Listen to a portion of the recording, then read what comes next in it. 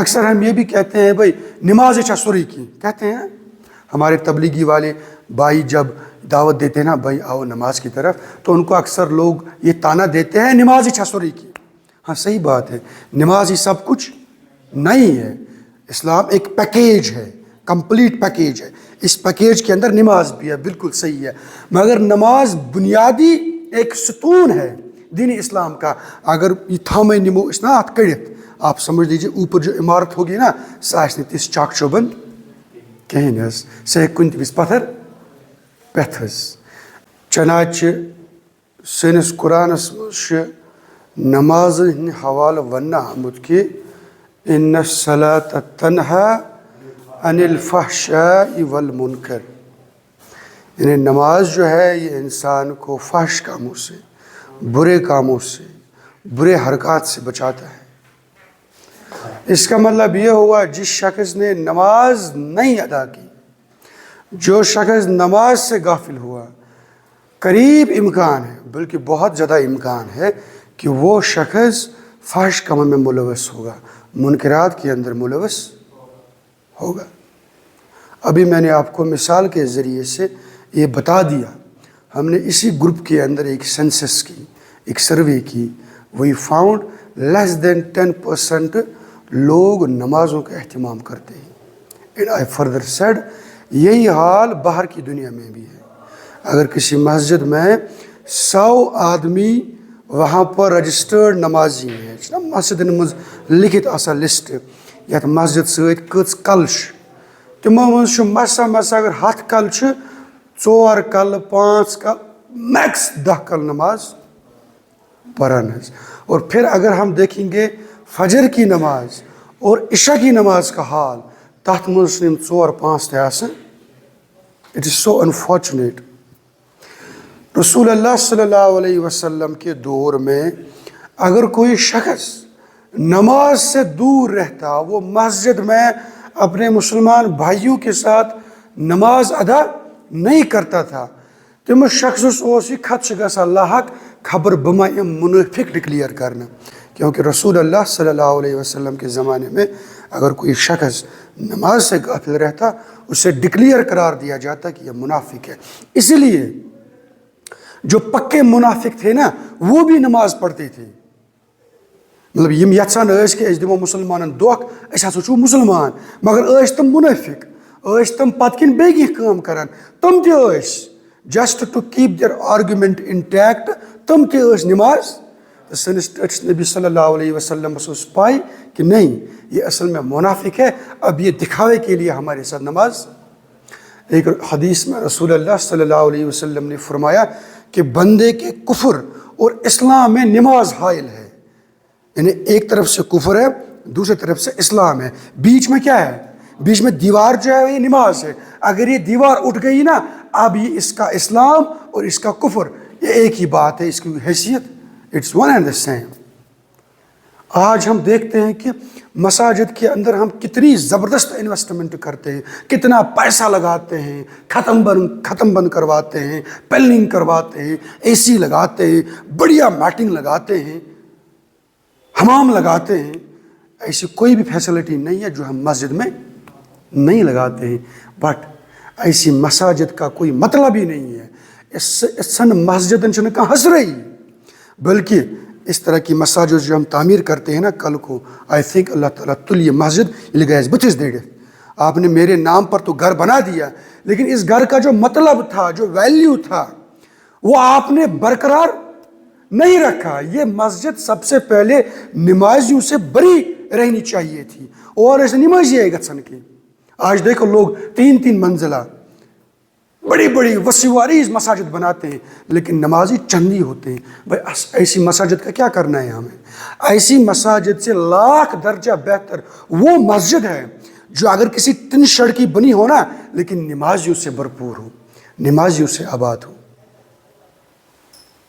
تو مسجد تشن معنی تھا، معنی کیا رکھتا ہے؟ معنی رکھتا ہے کہ آپ کی نماز اس مسجد کے اندر، اور پھر اس مسجد کا مطلب جو ہے، نماز کا جو مطلب ہے، آپ کے سائڈ میں آپ کا مسلمان بھائی بیٹھے گا، آپ کو پتہ چلے گا یہ استاذ نماز آمود ام سن صحت ٹھیک، یا آپ اس سے حال چال پوچھیں گھر چھوا ٹھیک، اگر امس خدا نخواستہ کن قسم پرابلم تو ہیکو امس یہ پرابلم دور کرت حظ۔ اجتماعیت یہاں پر آپ کو پتہ ہے کہ اگر سے کسی مسلمان بھائی سے خدا تنازع اسی، مگر صف میں یہ آپ کے سائڈ میں کھڑا ہو جاتا ہے، یہ آپ کے ساتھ کندھے سے کندھا ملاتا ہے۔ آپ جب نماز مکمل کرتے ہیں اور سلام پھیر لیتے ہیں تو آپ اس کی طرف بھی کرتے ہو السلام علیکم، اس کو بھی دعا دیتے ہو۔ یہ مسجد کا مطلب ہے، یہ نماز کا مطلب ہے، اور اسی لیے اگر یہ نماز نہیں رہی آپ کا اسلام بھی مشتبیہ ہے، بلکہ میں نے آپ کو بتا دیا کہ اگر آپ نے عمدن قصدن نماز ترک کر دی تو آپ کفر میں داخل۔ ابھی عمدن قصدن سے کیا مراد ہے؟ چلے مان لیتے ہیں کن وش انسانس مجبوری آسن، کن وش انسانس کی مشکلات آسن، بیمار آس، تمن سرکمسٹنسن مز آس، یہ نماز ادا کرے کہین حظ، ٹھیک ہے۔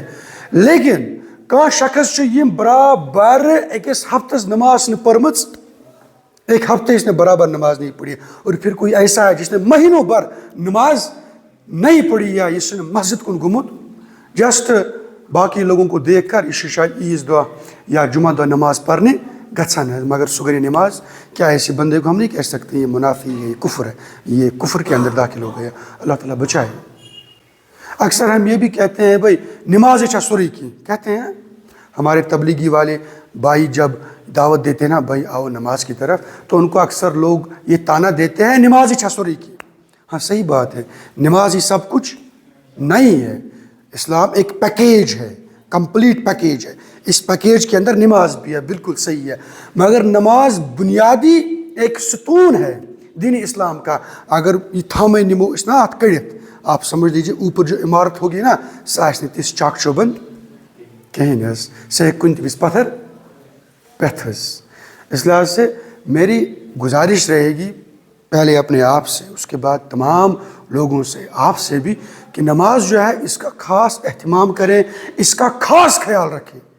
مطلب نماز کی اہمیت کیا بیان کروں کہ قبر کے اندر جب کوئی انسان داخل ہوگا نا تو پہلا سوال اس کو کس کے بارے میں ہوگا؟ نماز کے بارے میں سوال ہوگا، اور کہتے ہیں کہ اگر نماز کے معاملے میں یہ کامیاب ہو گیا، آنے والے جو مراحل ہوں گے نا، آنے والے جو سوالات ہوں گے، اس میں یہ شخص کامیاب ہوگا انشاءاللہ المستعان۔ نماز بہت خاص چیز ہے۔ نماز کے بارے میں ایک مرتبہ حضور صلی اللہ علیہ وسلم نے فرمایا کہ سمجھ لیجئے آپ جب گھر سے باہر نکلتے ہیں تو آپ کے گھر کے بالکل سامنے ایک نہر ہے، ایک ندی ہے، اور آپ دن میں 5 مرتبہ اس گھر سے باہر نکلتے ہیں اور اس گھر کے اندر داخل ہو جاتے ہیں، بالکل ایسے ہی جیسے آپ مسجد جاتے ہیں اور مسجد کی طرف واپس آتے ہیں۔ تو ان 5 اوقات میں آپ اس نہر کے اندر غسل کرتے ہیں، آپ اپنے آپ کو نہاتے ہیں، آپ دھو لیتے ہیں۔ اب مجھے آپ یہ بتا دیجئے، یہ حضور صلی اللہ علیہ وسلم کا سوال ہے آپ سے، اپنے صحابہ سے، اب مجھے آپ بتا دیجئے کیا آپ کو لگتا ہے کہ توئی ہے کیوں مال لگت؟ لگ سکتا ہے کوئی میل کچیل آپ کو لگ سکتا ہے جو بندہ دن میں 5 مرتبہ بہتی ندی کے اندر غسل کرے گا، نہائے گا، دھوئے گا، کیا اس کو کچھ میل کچیل باقی رہے گا جسم پر؟ نہیں رہے گا۔ بالکل یہی حیثیت حضور صلی اللہ علیہ وسلم نے نمازوں کی بتائی ہے کہ وتھ دس نماز آپ کے جو گناہ ہیں نا وہ ایسے ہی دھو لیے جاتے ہیں، آپ صاف اور پاک ہوتے ہیں۔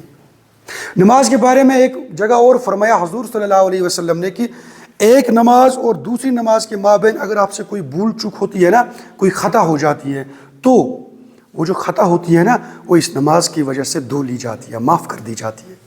اب کتنی بشارتیں ہیں۔ ایک مرتبہ ایک صحابی آئے اور حضور صلی اللہ علیہ وسلم نے اپنا ایک گناہ گنوا لیا، ایسا لگتا ہے کہ وہ گناہ کچھ سنگین تھا، اسے کچھ بڑا گناہ کیا تھا۔